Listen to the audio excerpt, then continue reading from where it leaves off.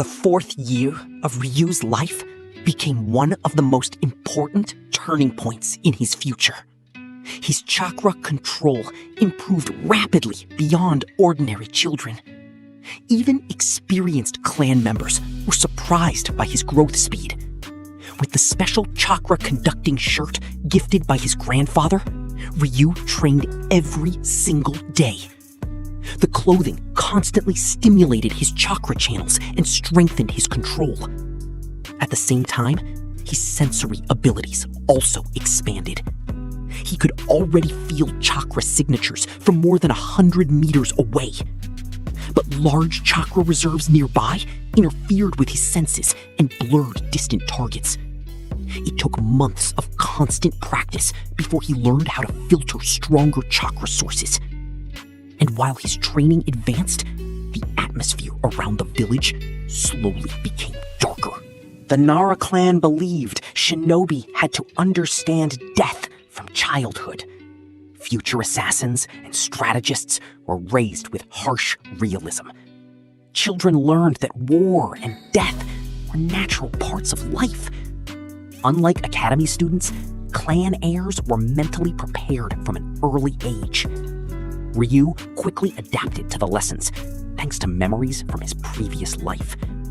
Meanwhile, Shikaku constantly complained about training and responsibility. But every complaint disappeared the moment his mother appeared nearby. The clan techniques themselves were based on yin chakra manipulation. According to the instructors, mastering the shadow arts required years of preparation. And for Ryu, this was only the beginning of a much harder future. Saya had recently started training far more intensely than before. Even inside the house, tension could be felt in the air. Using shadow clones, she cooked, cleaned, and trained at the same time. Ryu quietly observed everything around him. From overheard conversations, he realized another great war was approaching. Kirigakure and Kumogakure were rapidly increasing military strength. Analysts believed Uzushiogakure might soon become a target. The Uzumaki clan possessed dangerous sealing techniques and enormous wealth. At the same time, Konoha's elders were already discussing whether helping Uzushio was worth the risk. And for the first time, Ryu understood betrayal might already exist inside the Leaf Village. This year, the clan children finally began studying shadow techniques theory. Practical training would come later, but preparation had already started. The instructors explained the basics of yin chakra manipulation carefully. According to them, Nara shadow techniques resembled advanced genjutsu principles. Instead of physical force, they controlled shadows using mental energy. Absolute chakra control was required before learning any true clan jutsu. Most children needed several years before mastering the basics properly. Only by 6 or 7 years old could they begin practicing real shadow techniques. Shikaku constantly complained about how annoying the training was, but his attitude changed instantly whenever his mother appeared nearby. At the same time, Ryu stopped disguising physical training as childish games. Saya personally began training him every single day. Their exercises focused on stamina, agility, and physical strength. Most importantly, all training was performed without chakra enhancement. Surprisingly, Ryu adapted much faster than in his previous life. His Uzumaki bloodline granted monstrous endurance, even at a young age.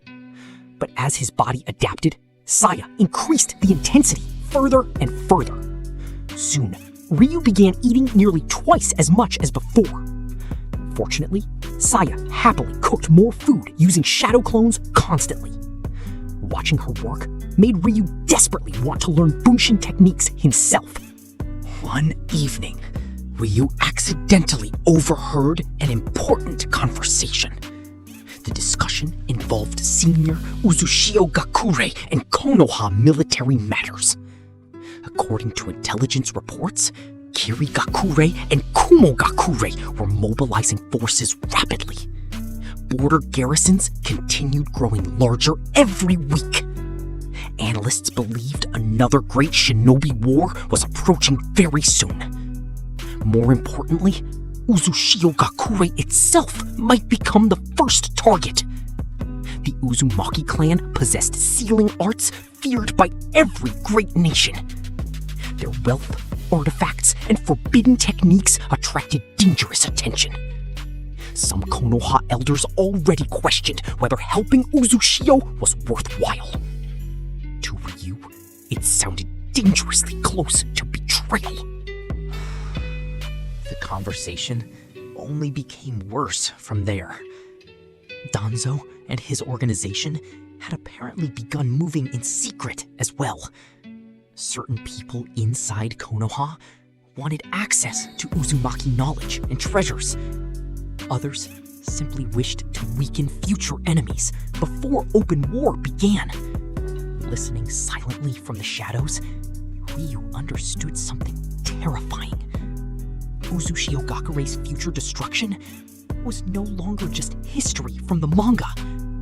The betrayal likely started years before the actual attack happened. Konoha might have already abandoned its allies politically. Even worse, nobody outside a small circle knew the truth yet. And there was absolutely nothing a 4-year-old child could do about it. Shortly before Ryu's 4th birthday, terrible news reached their home. A letter marked with the red Uzumaki whirlpool arrived quietly that evening. After reading it, Saya froze completely in silence. The warmth vanished from her eyes almost instantly. Even her posture seemed to collapse under invisible weight. She reread the letter again and again without speaking. Ryu slowly climbed into her lap and hugged her tightly. The two remained together through the entire night, silently embracing each other. Only when dawn finally arrived did Saya speak again.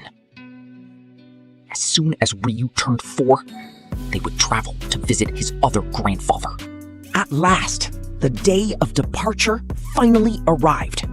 Today, Ryu would leave Konoha for the first time in his life.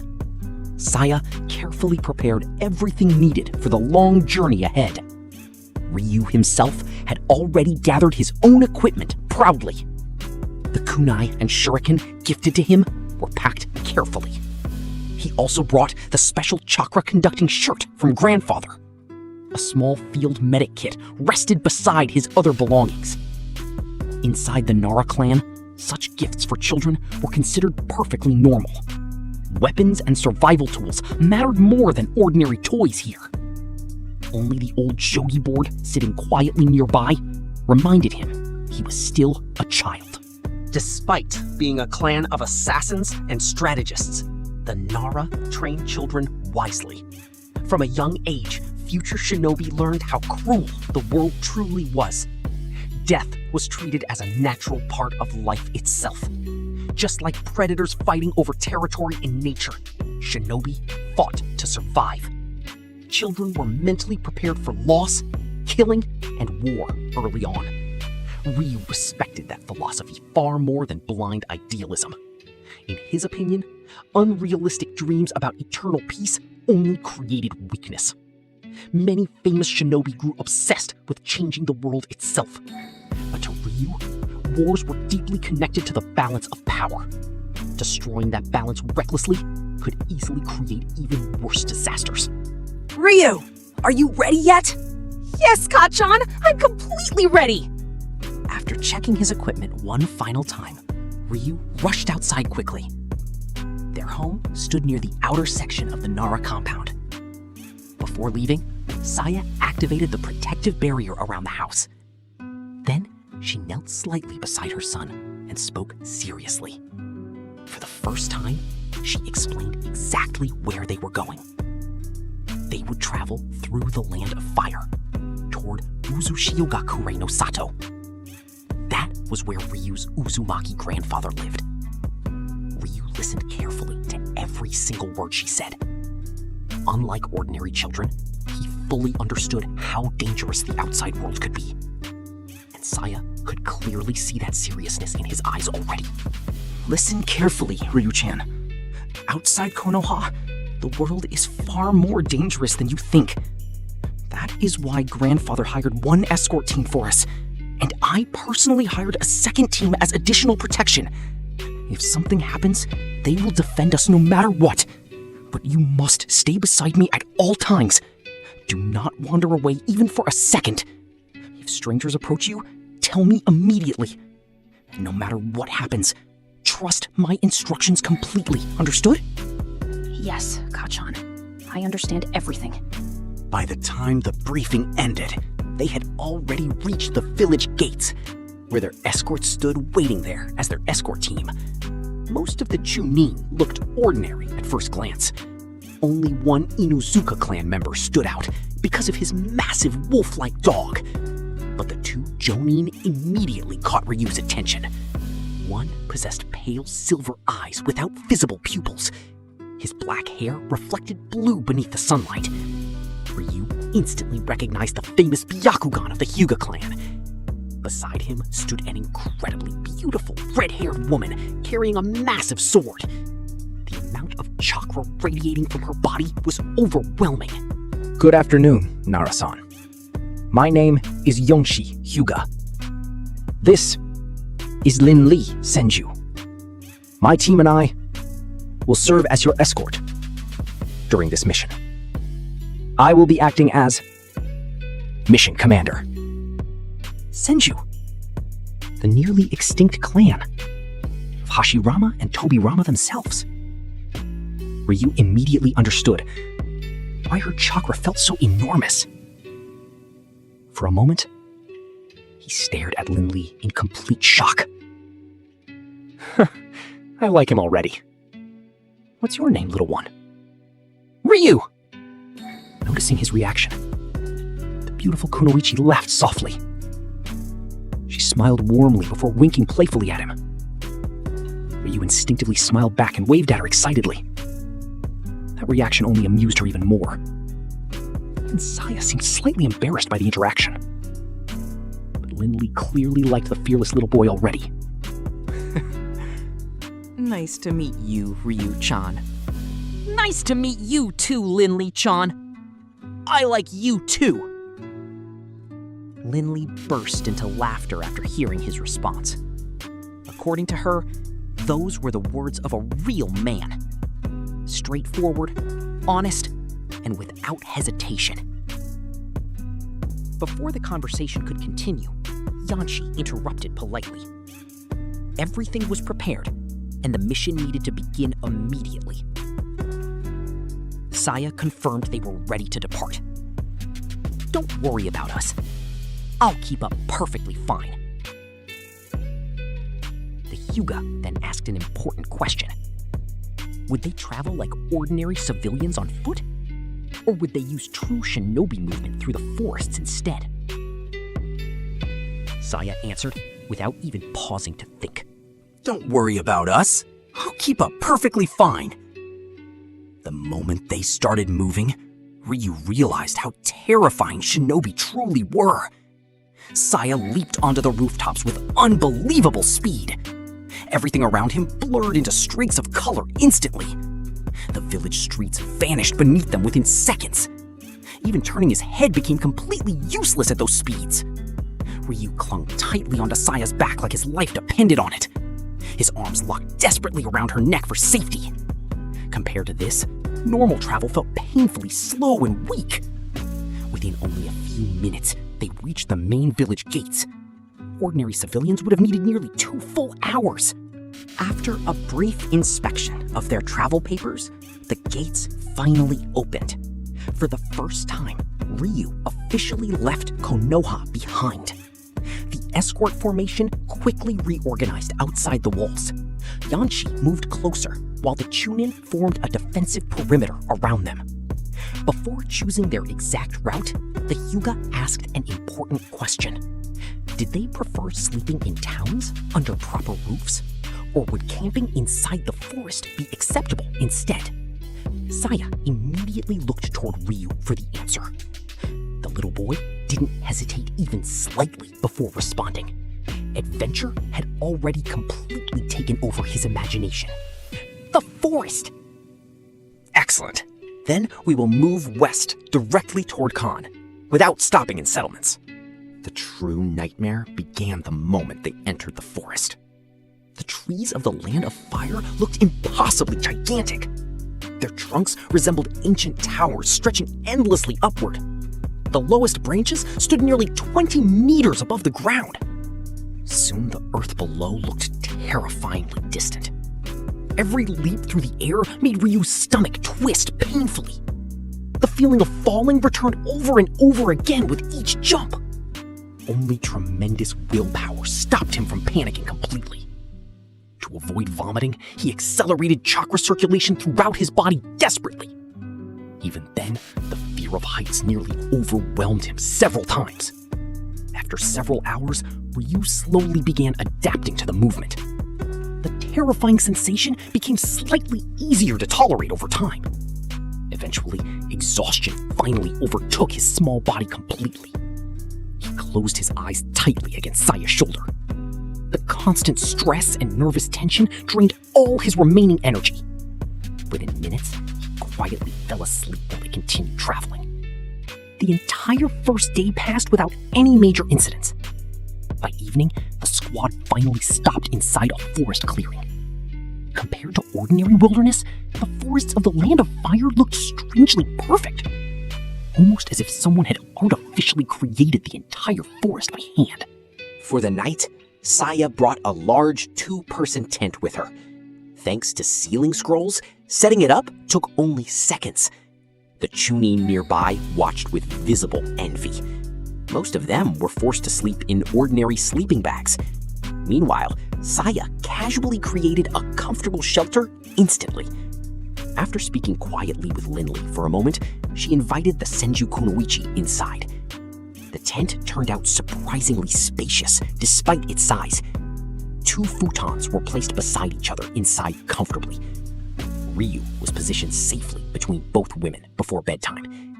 Still exhausted from the journey, he quickly changed into his favorite pajamas. The pajamas even had a small hood decorated with deer antlers. After burying his face against Saya's shoulder, Ryu quickly fell asleep again. For a while, everything felt peaceful and safe again. But the next morning began far less pleasantly for him. Something heavy pressed tightly against his chest. Breathing felt strangely difficult and uncomfortable. Still half asleep, Ryu slowly opened his eyes in confusion. Only then did he realize what had happened overnight. Linley had somehow wrapped herself completely around him while sleeping. Her arms and legs trapped him like a giant human pillow. Kachan? Instead of helping him, Saya burst into uncontrollable laughter. She had apparently been watching the situation the entire time. Ryu struggled desperately to escape the Senju woman's grip. Unfortunately, every attempt only tightened the embrace further. All the noise eventually woke Linley herself. Still refusing to release him, she complained sleepily about the shouting. According to her, people should be allowed to sleep peacefully. Ryu immediately protested with visible outrage. Being used as a pillow was hardly peaceful from his perspective. Linley only found his reaction even more adorable. How cute! Eventually, Ryu was finally released from imprisonment. When the 3 emerged from the tent, the escort team was already awake. The shinobi immediately noticed Ryu's irritated expression. Meanwhile, both women looked completely satisfied with themselves. Ryu finally exploded in frustration right in front of everyone. He loudly demanded they stop using him as a pillow. The mention of Linley's chest made several Chunin nearly choke instantly. One shinobi even dropped a kunai dangerously close to himself. The Hyuga almost spilled his tea trying not to react. Meanwhile, Saya and Linley simply laughed even harder together. The second day of travel initially seemed identical to the first. The squad continued moving rapidly through the massive forest, peacefully. But suddenly, Yongshi activated his Byakugan mid-movement. Almost instantly, he ordered the entire team to stop. The atmosphere changed immediately. Every shinobi around them became alert within seconds. Saya tightened her hold around Ryu protectively. The Hyuga carefully scanned the surrounding forest in silence. After several tense moments, he finally spoke again, and his words immediately erased all remaining calm. Capture the Senju and the Uzumaki alive. Kill everyone else. The moment those words were spoken, Saya reacted instantly. She ordered Ryu to close his eyes immediately. Without hesitation, he obeyed and activated chakra flow into his special shirt. All around him, the sounds of combat exploded violently. Metal clashed against metal across the battlefield. Explosions and screams echoed through the clearing continuously. Every second felt heavier than the last. Suddenly, Linley cursed loudly somewhere nearby. A powerful burst of chakra erupted beside the battlefield. The Senju had entered the fight directly. Ryu, eyes closed. Trying to follow the battle through chakra sensing alone proved difficult. The underground shinobi had vanished from his perception earlier. Then suddenly, Ryu sensed chakra directly beneath them. The enemy was already only meters away underground. Cold fear shot through his body instantly. Without thinking, he screamed a warning to Saya immediately. His voice echoed across the battlefield desperately. Fortunately, Saya reacted without even a moment of hesitation. She leaped backward while rapidly forming hand seals. The next second, flames exploded forward violently. Underneath us! A massive wave of fire crashed directly into the ground below them. The hidden enemy emerged straight into the flames. The smell of burning flesh instantly filled the clearing. Ryu nearly vomited from the horrifying scent immediately. But somehow, he forced himself not to lose control. Nearby, another violent chakra surge erupted suddenly. The Hyuga used Kaiten against the remaining attackers. The spinning chakra barrier crushed the final resistance completely. Then, almost as suddenly as it began, silence returned. The battle was finally over. Kachan, can I open my eyes now? Not yet, Ryu-chan. We'll move away from here first. The surviving shinobi immediately began searching the enemy bodies. 2 Chunin had received serious injuries during the battle. Medical ninjutsu slowly stabilized their conditions. Meanwhile, Linley and Yonshi inspected the attackers carefully. What they found only deepened everyone's suspicions. The enemy carried standard equipment and prison paralysis seals. More disturbingly, they also possessed photographs of Saya and Ryu. It became painfully obvious who the true targets had been. The attackers never expected to encounter 2 separate escort teams. Someone had clearly leaked information from inside Konoha itself. So, someone sold us out. Once the group finally moved away from the battlefield, Ryu opened his eyes again. The Junin remained mostly unharmed aside from burns and scratches. The Chunin looked far worse after the brutal encounter. Some appeared barely able to continue moving at all. No one spoke much while traveling afterward. The earlier light-hearted atmosphere had vanished completely now. Even Saya occasionally glanced back at Ryu with concern. She feared the battle might leave psychological scars on him forever. But Ryu's mind remained calmer than she expected. Instead of trauma, the battle only strengthened his resolve.